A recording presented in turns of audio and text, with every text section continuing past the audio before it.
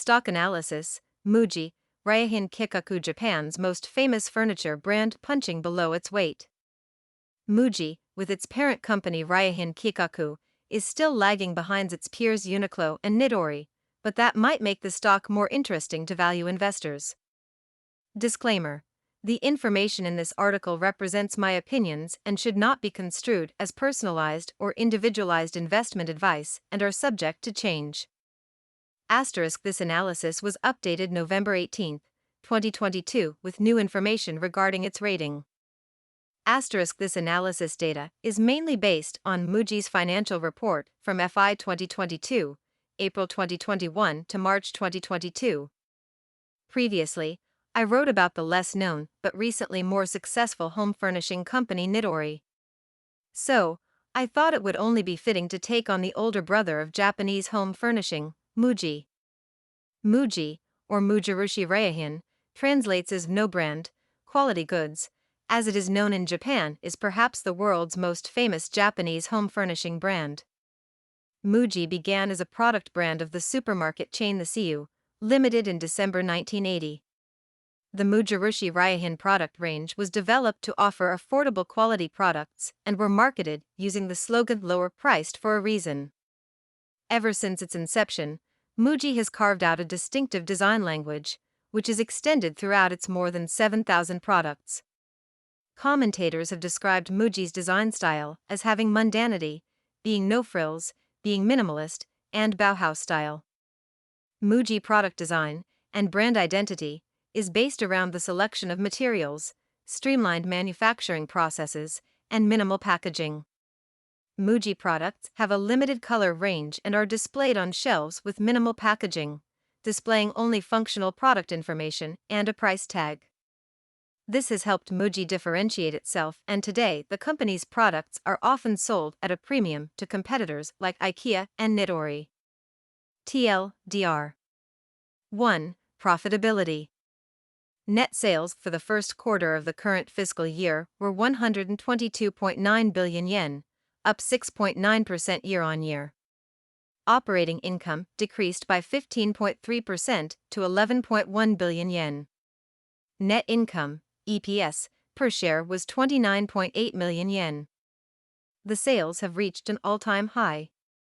According to Muji's financial report, this is due to the increase in the number of stores in Japan and overseas. Domestic business. Muji has been increasing its expansion even during the COVID-19 pandemic. Due to new store openings, net sales increased by 2.1% compared to the same period last year, but operating income decreased by 31%. This is due to the fact that sales of clothing and miscellaneous goods have declined significantly from the plan. Overseas business. Both operating revenue and operating income grew by around 15%. Last year's overseas business struggled mainly in Europe due to the impact of COVID-19, and hence the numbers that had to be beaten in Q1 were relatively low. In China, which accounts for the majority of Muji's overseas business, 13 additional stores were opened from the end of the previous fiscal year, but as with Japan, Muji is struggling with sales of clothing and miscellaneous goods, and total sales were therefore flat. 2. Opportunities and risks. Opportunities. Muji is one of the most recognized Japanese brands, and it's mostly due to their successful overseas expansion. In September 2021, the company managed to open its 1,000th store, and it's spending massively on new stores abroad. As the Japanese market is saturated and overseas tourism is likely not coming back to pre-pandemic levels anytime soon, Muji has an up compared to other Japanese home furnishing companies as they can easily leverage their brand in growing markets, especially mainland China and Southeast Asia. As homeownership and the demand for high-quality Japanese furniture has shown exponential growth in these markets, Muji is the perfect brand to ride on this wave without much marketing effort. Muji's leadership has also shown that expanding to East Asia has generated much higher profits than Europe and the US. Risks. China is Muji's fastest-growing market, which brings two problems. The first one was highlighted with the use of Xinjiang cotton sourcing, which the company downplayed as an issue earlier this year, whilst some other Western brands were more forthcoming in criticizing Chinese authorities. This could have an adverse effect in some markets. The second issue is the company's growing reliance on China, as longer term it will probably become its biggest market. Muji may be seen as on side with the Chinese authorities currently, but geopolitical tensions can flare up and consumer behavior can be affected dramatically, although these cases tend to be temporary. China brings commercial opportunity but also fairly large risks, something that other regions do not come saddled with. In this context, we would prefer to see the company make more efforts to grow in countries such as Indonesia, only 6 stores, and Vietnam, no stores currently, where there may be different challenges but not a growing risk profile. However, the main risk I see is imitation in Muji's products.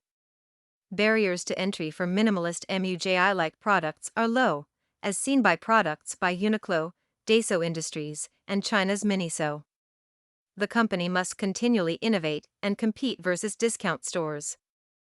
3. Financial soundness. Next, let's look at Muji's financial situation. First, the breakdown of assets. Total assets were 391.5 billion yen, of which liabilities were 172.9 billion yen. The capital adequacy ratio is 55.1%. Net assets, BPS basis points, per share are 820.3 yen. As the graph shows, in the last 3 years, there has been no significant change in BPS. Considering how exposed Muji has been to the effects of COVID-19, this is impressive to say the least. To summarize, a capital adequacy ratio of over 50% is strong enough to not worry any investor of default risks. On top of that Muji has been able to hold a stable net asset ratio over the pandemic while expanding is very impressive. 4. Stock price. The stock price is 1,268 yen as of July 8, 2022. The stock has been on a continuous downtrend from 2,480 yen on July 8, 2021. That is a 49% drop since its peak despite record sales. However, Muji has been very highly valued for a long time with an average price-to-earnings ratio, PE, of 20 over the past 10 years. Its PE ratio has come down to 13.52. As China is the company's biggest market, I am worried that we will see a big loss of revenue in the coming quarters, which will increase its PE substantially. Therefore, even though I believe Muji is undervalued at its current P/E ratio, I think there is a big risk it will go up soon. 5. Dividend. The dividend yield for Muji is okay, but considering the company is in a growth phase, I believe it is definitely more than good. 6. Conclusion. At the current share price, I do not want to buy shares of Muji Ryohin Keikaku. The reasons are as follows. 1. Results. Looking at the current situation, it is difficult to predict the future where profits will grow significantly. In particular, clothing sales are struggling not only in Japan but also in other countries, and although the number of stores has increased, sales and profits have not increased as expected.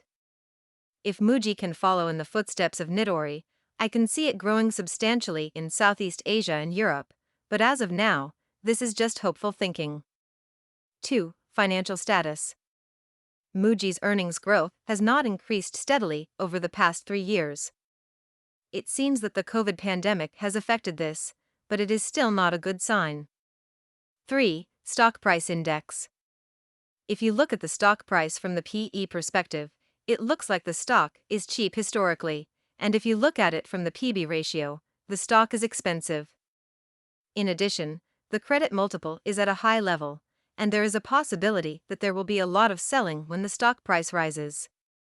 However, since the dividend is stable and the stock has brand power, I still believe that the stock is cheap long-term.